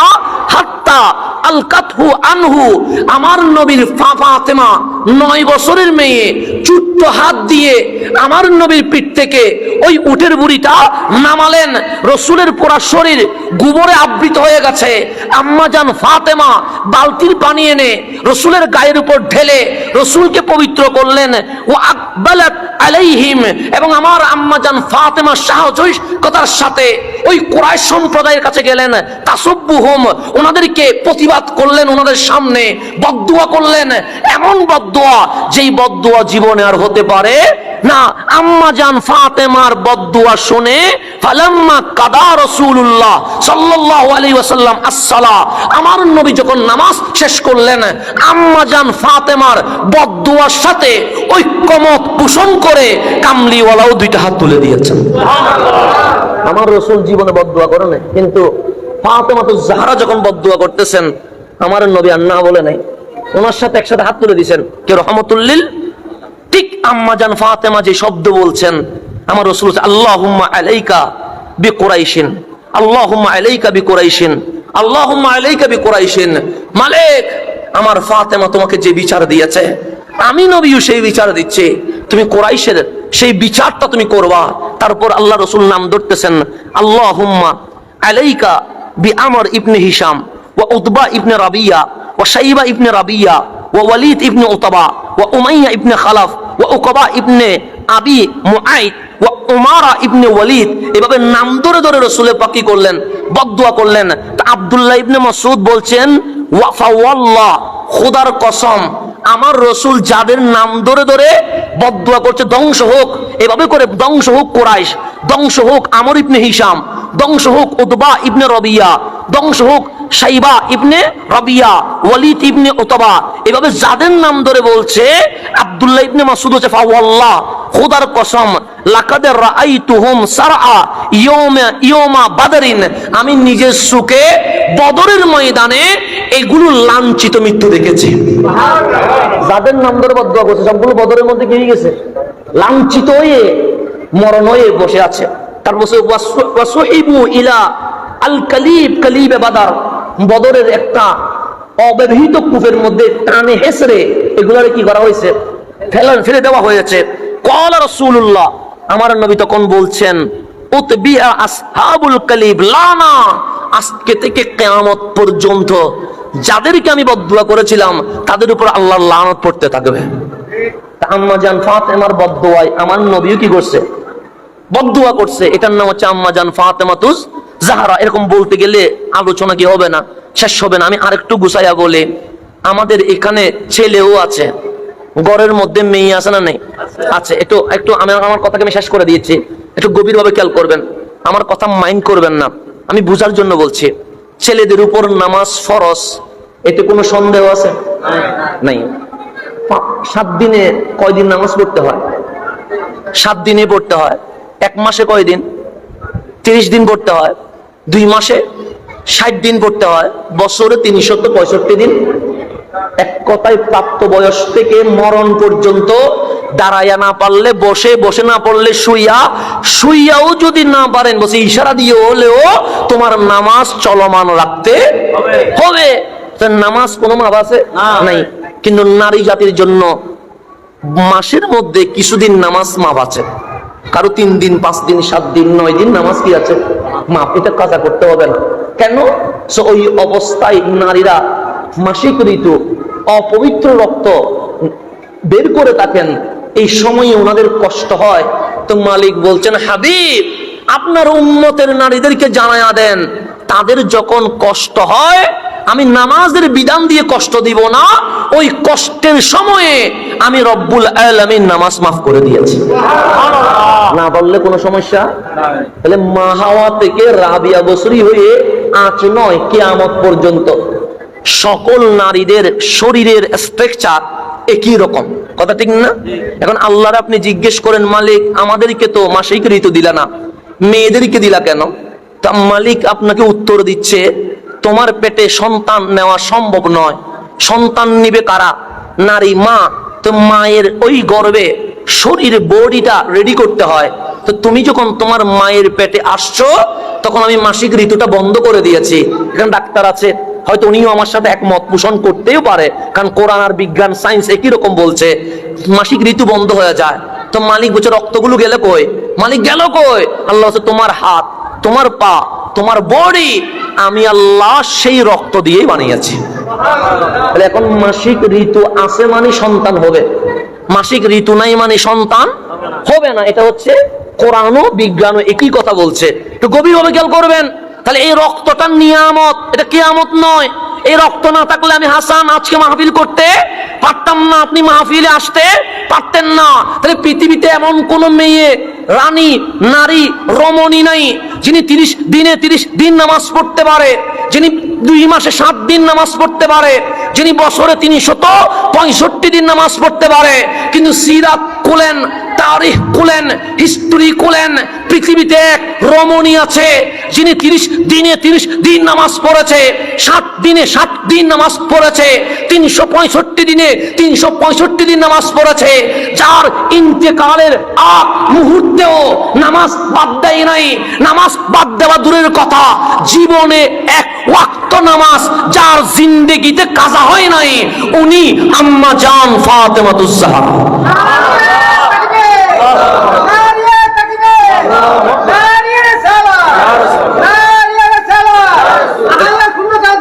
একটু গভীরভাবে খেয়াল করবেন। তাহলে আম্মা জান ফাতেমাতুজ জাহরার নামাজ কখনো কাজা বাদ দেওয়া দূরের কথা কাজা, তার মানে কাজা হয় নাই কেন? ওনার ওই অপবিত্র রক্ত ছিল না, থাকলে নামাজ বাদ নাই, বিদায় আল্লাহ বলে নামাজ পড়তে হবে। তাহলে কন্টিনিউ নামাজ পড়েছে। এখন আপনি ডাক্তার মহোদয় যেহেতু এখানে আছে, উনিও আমার সাথে সত্যায়ন করবে, যার মাসিক ঋতু নাই, তার কোনো সন্তান নাই। কিন্তু আম্মা জান ফাতেমাতুজ জাহরা রাদিয়াল্লাহু তাআলা আনহা, তিনি তো নামাজ বাদ দেন নাই, কাজা করেন নাই, তার মানে ওনার অপবিত্র রক্ত নাই। তাহলে ওনার ঘরে হাসান আসলো কেমনে, হুসাইন আসলো কেমনে? বিজ্ঞান বলছে যার মাসিক ঋতু নাই তার সন্তান নাই। কোরআনের গবেষণা বলছে যার মাসিক ঋতু নাই তার সন্তান নাই। তাহলে আম্মা জান ফাতেমাতুজ জাহরার ঘরে হাসনাইন করিমাইন আসলো কেমনে? মাসিক ঋতু না থাকলে সন্তান তো হবে না। বিজ্ঞান স্তব্ধ হয়ে গেছে, মুফাসসিরের কোনো উত্তর নাই। 1400 বছরের মুজাদ্দিদ যখন চাটাইয়ের মধ্যে বসে আছে, বিশ্ব প্রশ্ন করলো, আপনি তো বিজ্ঞানীদেরও বিজ্ঞানী, আপনি তো মুফাসসিরদের সেরা মুফাসসির, আপনি তো বক্তাদের সেরা বক্তা, ইমাম আহমদ রেজা হাফেজে বেরলভী, আপনি বলেন যার মাসিক ঋতু নাই তার কি সন্তান হয়? উনি বললেন না না, কোরআনও বলছে, বিজ্ঞানও বলছে হয় না। তাহলে আমাদের প্রশ্ন হচ্ছে, আম্মা জান ফাতেমাতুজ জাহরার ঘরে হাসান হুসাইন আসলো কেমনে? আমার আলা হযরত বলছে বিজ্ঞানের গ্রন্থ বন্ধ করে দেয়, ইশকের চোখ খুলে দেয়, উত্তর আসবে তেরি নসলে পাক মে হে বাচ্চা বাচ্চা নূর খা তু হি আইনে নূর সব কারানা নূর খা। হাবিব আপনি নূর, এটা অনেক দূরের কথা। ফাতেমা নূর, সেই নূর থেকে হাসান হুসাইন নূর বের হয়েছে, আর সেই নূরের মূল নূর আপনি রহমতুল লিল আলামিন।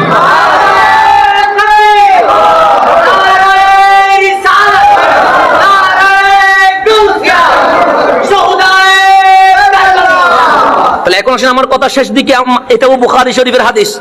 আম্মা জান আয়েশা সিদ্দিকা তাহেরা বলছেন, দাআন নবী সাল্লাল্লাহু আলাইহি ওয়াসাল্লাম ফাতিমা, আমার রাসূল যখন অসুস্থ হয়ে গেলেন তখন বললেন ইমার্জেন্সি, আমার ফাতেমাকে ডেকে আনো।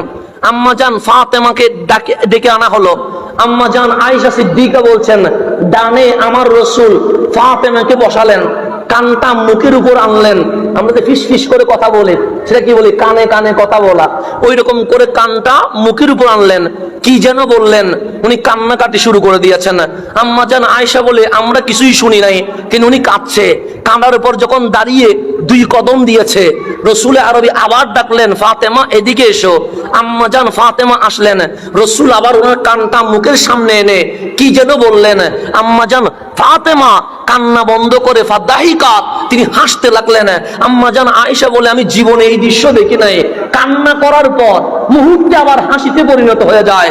আমি জিজ্ঞেস করলাম, ফাতেমা কি বলেছে আমার রহমতুল লিল আলামিন? আম্মা জান ফাতেমা বলেন, আম্মারে এখন বলা যাবে না, এটা গোপন বিষয়। তো রাসূল যখন ইন্তেকাল পর্দা করলেন, আম্মা জান আয়েশা বললেন, আমি ফাতেমাকে জিজ্ঞেস করলাম, বলো না ফাতেমা কামলিওয়ালা কি বলেছে? সে কামলিওয়ালা প্রথমবার আমার কানে কানে বললেন, ফাতেমা রে আর বেশি দিন রইব না, আমি নবী ও চিরেই দুনিয়া ছেড়ে চলে যাব। যখন রাসূল বললেন আমি বিদায় নিব, আমি মেয়ে হয়ে কান্না করে দিয়েছি। আমার কান্না দেখে রাসূল আরবি আমাকে ডেকে বললেন, ফাতেমা রে আমি পর্দা হওয়ার পর এই রূহের এই কবরের জগতের মধ্যে যার সাথে আমার প্রথম দেখা হবে আওলাদের মধ্যে, এটা ফাতেমাতুজ জাহরা। শুনে রেখো, আমি নবীর পর তুমি ফাতেমাও আমার কাছে চলে আসবে। যার ইন্তেকালটাও আমার নবীকে হয়ে গেছেন, বলে গেছেন, উনি হচ্ছেন আম্মা জান ফাতেমাতুজ জাহরা রাদিয়াল্লাহু তাআলা আনহা। ওনার চেয়ে দামি এই জগতে মহিলাদের মধ্যে আর কেউ হতে পারে না। আমার নবীর ঘরের শাহজাদে। ওনার বিয়েটাও কেমন, ওনার বিয়েতে সবাই প্রস্তাব পাঠাচ্ছে, আমার রাসূল হাও বলে না নাও বলে না। প্রস্তাব জমা হতে হতে অনেক বেশি হয়ে গেছে। সৈয়দুনা সিদ্দিক আকবর দেখলেন মাঠের মধ্যে মাওলা আলী কাজ করছে, ডাক দিলেন, আলী রে প্রস্তাব পাঠাও নাই? বলছেন, কোথায় ফাতেমা, কোথায় আলী? এটা কি সম্ভব? প্রস্তাব তো দিয়ে দেখবা। দেখ কেমন মহব্বত ছিল সিদ্দিক আকবর আর মাওলা আলীর মধ্যে, কেমন মহব্বত। আর আমরা কোথায় গালাগালি করি, আমরা কি কোথায় আছি? আল্লাহ যেন আমাদেরকে বুঝার তৌফিক নসিব করে।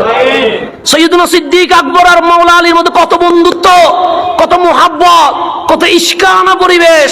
সিদ্দিক আকবর বুদ্ধি দিয়েছেন, আলী রে প্রস্তাব তো দিয়ে দেখবা, কারণ ফয়সালা তো দুনিয়া থেকে আসে না, ফয়সালা তো আরশের মালিক থেকে আসে।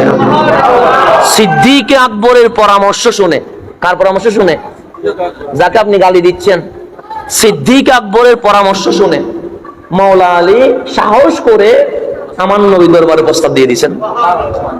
কার পরামর্শ শুনে? সিদ্দিক আকবরের পরামর্শ শুনে মাওলা আলী প্রস্তাব দিলেন। রসুল পাক মিটিং ডাকলেন, আসো তোমরা সবাই ফাতেমার জন্য প্রস্তাব দিয়েছ, এখানে আমি নবীর কোনো উক্তি নাই, আল্লাহ তাবারক ওয়া তাআলা হুকুম করেছে ফাতেমাকে আলীর সাথে বিয়ে দিতে। বিয়েটাও আসছে কোত্থেকে? উপর থেকে। এটার নাম ফাতেমাতুজ জাহরা রাদিয়াল্লাহু তাআলা আনহা। আল্লাহ যেন ওনার ফয়েজ আমাদের জীবনের উপর জারি করে দেন। আমার রাসূল হোসেন আমার টুকরো, এটা রাজি হলে আমি রাজি হয়ে যাব, এটা নারাজ হলে আমি নারাজ হয়ে যাব। আজকের শোদাই কারবালায় আমরা দোয়া করছি আম্মা জান ফাতেমাতুজ জাহরা যেন আমাদের উপর রাজি হয়ে যায়। উনি রাজি হলে আমার নবী রাজি হয়ে যাবে, উনি নারাজ হলে আমার নবী নারাজ হয়ে যাবে। রব্বে করিম আম্মা জানদের সম্মান দেওয়ার আমাদের জন্য তৌফিক নসিব করে। রাসূলের বিবিগণ আমাদের মা, ওনাদেরকে ইজ্জত দেওয়ার আল্লাহ যেন তৌফিক নসিব করে। খুলাফায়ে রাশিদিন আমাদের মাথার উপরে, ওনাদেরকে ইজ্জত দেওয়ার আল্লাহ যেন তৌফিক নসিব করে। আহলে বাইতের মুহাব্বত ঈমানের অংশ, আহলে বাইতের মুহাব্বত আমাদের বুকে যেন ধারণ করতে পারে। সাহাবায়ে কেরামের ইজ্জত সম্মান এটাও ঈমানের অংশ, আল্লাহ যেন ওনাদেরকেও তাজিম করার তৌফিক নসিব করে। আমিন আমিন।